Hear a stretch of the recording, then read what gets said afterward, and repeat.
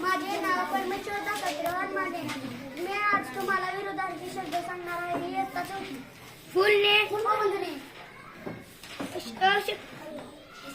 यशस्वी अयशस्वी, बलाढ्य कमजोर, बंध उघडा, निर्बुद्धिमान निर्बुद्ध,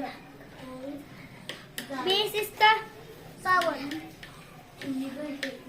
भक्कम कमकुवत, जय काय जय जय, अभय,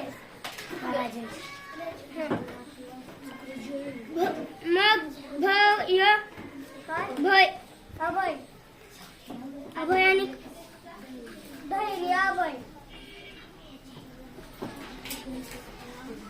भयभीत निर्भय, ध्येय काय ध्येय